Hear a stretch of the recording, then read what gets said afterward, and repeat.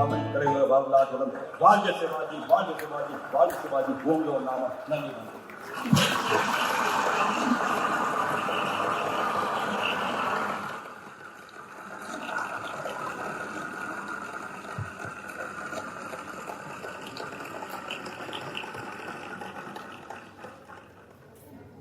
இந்த உரை நிகழ்த்தப்பட்டதற்கு பிறகு முதல் முறையாக தஞ்சாவூரில் இந்த இடத்தில் தான் வெளியிடப்படுகிறது.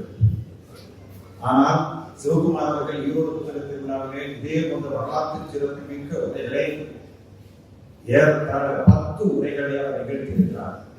வரலாற்றில் 10 உரைகளும் 10 விதமான உரைகள். திருக்குறளில் 4 மணி நேரம் பேசினார் என்று நான் குறிப்பிட்டேன். அந்த 10 உரைகளும் ஒரு முறை திரைப்படத்தை பற்றி, இன்னொரு முறை சங்கத்தமிழை பற்றி என்பது போன்ற வித்தியாசமான உரைகள். ஒரு உரையை நிகழ்த்த வேண்டும் என்றால் ஏறத்தாழ 3 அல்லது 4 மாத காலம் ஒரு வேண்டி போல அந்த உரையை தயார் செய்து அதற்கு மெருகேற்றி அதற்கு பிறகுதான் அந்த உரையை நிகழ்த்துகிறார். நான் ஒரு செய்தி இந்த இடத்துல பதிவு செய்கிறேன். இப்பேற்பட்ட சொற்பொழிவாளர் இவர்.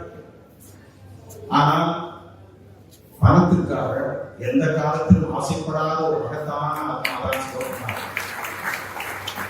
ஏனென்றால் முதலில் 2005 ஈரோடு புத்தக திருவிழா தொடங்கப்பட்ட போது நான் போய் அழைத்தேன். நேரடியாக போய் அழைத்த போது அவர் வர தயங்கினார். நான் ஒரு பேச்சாளர் இல்லை, மேடை பேச்சு எனக்கு பழக்கம் இல்லை என்று அவர் குறிப்பிட்டார்.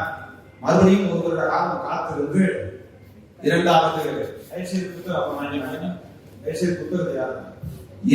முறையாக 2006ஆம் ஆண்டு முதல் முறையாக உரை நிகழ்த்தினார். ஒவ்வொரு உரையும் ஏறத்தாழ 8000 பேர், 10,000 பேர், சில உரைகளில் 15,000 பேர் கேட்டிருக்கிறார். கேட்டது மட்டுமல்ல, அத்தனையும் பதிவு செய்யப்பட்ட உரை. இன்னொன்றையும் நான் சேர்த்து சொல்கிறேன். சென்னையில் இருந்து கோயம்புத்தூர் விமானத்தில் வந்து இறக்க வேண்டும்.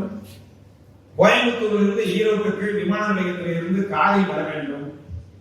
மக்கள் சிந்தனை பேரணியின் சார்பில் 2006 இருந்து சென்ற திருக்குறள் உரை வரை நிகழ்த்தப்பட்ட எந்த உரைக்கும் ஒரே ஒரு முறை கூட, ஒரே ₹1 கூட போக்குவரத்து செலவுக்கு கூட வாங்காதவர் சிவகுமார்.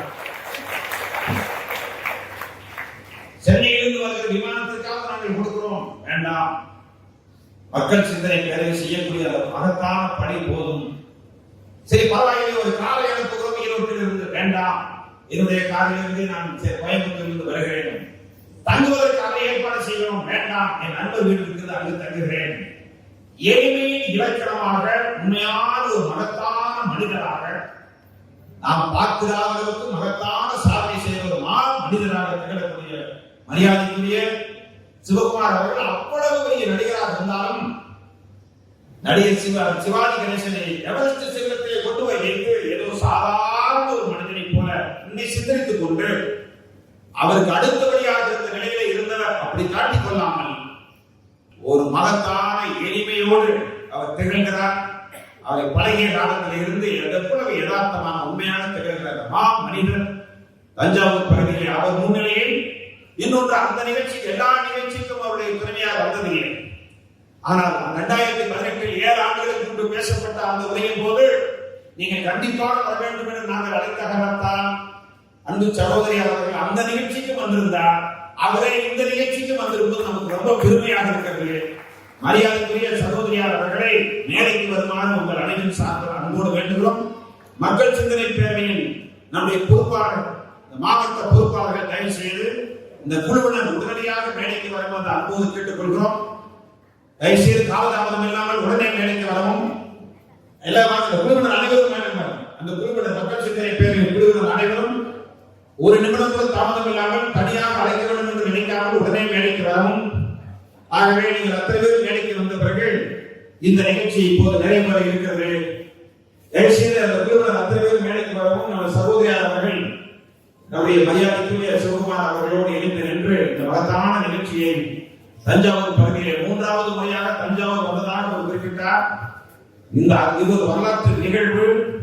இந்த வரலாற்று நிகழ்வில் பங்கேற்றிருக்கிற அனைவரையும் பாராட்டி இந்த அற்புதமான நிகழ்ச்சிக்கு இன்று காலையிலே சென்னையில் இருந்து காரில் புறப்பட்டு தன் துணைவியாரை அழைத்துக் கொண்டு 85வது வயதில் வந்து அருமையான உரையும் நிகழ்த்தி நம்மை பெருமைப்படுத்தி இருக்கிற சிவகுமார் அவர்களை சிறப்பு செய்யும் பொருட்டு நாம் அனைவரும் எழுந்து நின்று கரகோஷம் எழுப்பி ஸ்டாண்டிங் ஓவேஷன் என்று சொல்கிறோமே, நம்முடைய நன்றியை அவருக்கு காணிக்கையாக்குகிறோம். மக்கள் சிந்தனை பேரவை ராமாயணம் என்று சொல்லக்கூடிய அந்த மகத்தான இதிகாசத்தை ஏறத்தாழ 2 மணி நேரம் ஈரோட்டில் தான் நிகழ்த்தினார். மகாபாரதம் என்று சொல்லக்கூடிய இதிகாசத்தை ஏறத்தாழ 2.5 மணி நேரம் ஈரோட்டில் தான் நிகழ்த்தினார். அதற்கு பிறகு நிகழ்த்தப்பட்ட மிகச்சிறந்த உரைகள் அனைத்தும் பெண் என்று சொல்லக்கூடிய ஒரு டிவிடி இருக்கிறது, தயவு செய்து நீங்கள் பாருங்கள். பெண்களை பற்றி, தன்னுடைய வாழ்க்கை துணைவியாரை பற்றி மிக அருமையான முறையிலே ஒரு உரை நிகழ்த்தி இருக்கிறார். ஆகவே அந்த உரைகள் மூலமாக சமுதாயத்தின் நல்ல கருத்துக்களை, நல்ல சிந்தனைகளை, நல்ல தமிழ் சார்ந்த சிந்தனைகளை விதைக்கின்ற அந்த மாமனிதருக்கு மக்கள் சிந்தனை பேரவையின் சார்பாக நன்றியை காணிக்கையாக்கி, தொடக்க முதல் கடைசி வரை நாம் தான் இவரை பார்த்து விட்டோமே, இவர் உரையை கேட்டு விட்டோமே என்று கருதி விடைபெற்று செல்லாமல் காணொலியில் காட்டப்படுகிற உரைதானே என்று கருதாமல் கடைசி வரை இருந்து அந்த உரையை சிறப்பித்த உங்கள் அனைவருக்கும் மக்கள் சிந்தனை பேரவையின் சார்பாக நெஞ்சார்ந்த நன்றியை தெரிவித்து, மீண்டும் ஒரு முறை உங்கள் அனைவரின் சார்பிலும் மக்கள் சிந்தனை பேரவையின் சார்பிலும் மரியாதைக்குரிய மார்க்கண்டேயன் சிவகுமார் அவர்களுக்கும் அவர் துணைவியாருக்கும் நன்றி பாராட்டி இந்த அளவோடு இந்த நிகழ்ச்சி நிறைவேறுகிறது என்பதை அறிவித்து விடைபெறுகிறோம். நன்றி, வணக்கம்.